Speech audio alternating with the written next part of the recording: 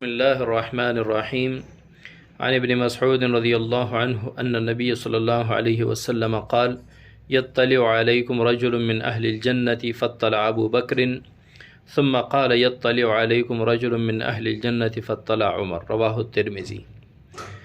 مشکوٰۃ شریف کی 6067 نمبر حدیث ہے۔ باب مناقب ابی بکر و عمر رضی اللہ عنہما چل رہا ہے۔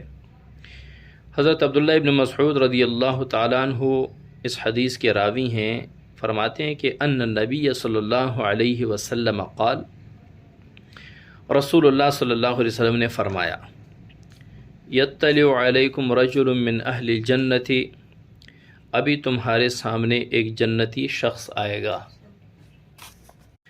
ابھی تمہارے سامنے ایک جنتی شخص ظاہر ہوگا۔ فاطلع ابو بکر، پس ابو بکر رضی اللہ عنہ ظاہر ہوئے، یعنی ابو بکر رضی اللہ عنہ داخل ہوئے۔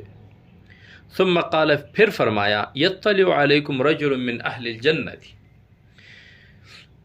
ابھی تمہارے سامنے جنتی شخص، اہل جنت میں سے ایک شخص ظاہر ہوگا۔ مرقات شرح مشکات میں لکھا ہے یطلع کا معنی یا یظہر او یدخل، ظاہر ہوگا یا داخل ہوگا۔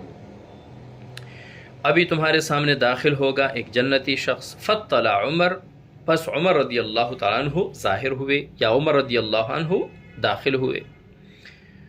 اس حدیث کو ترمذی شریف نے بھی روایت کی ہے۔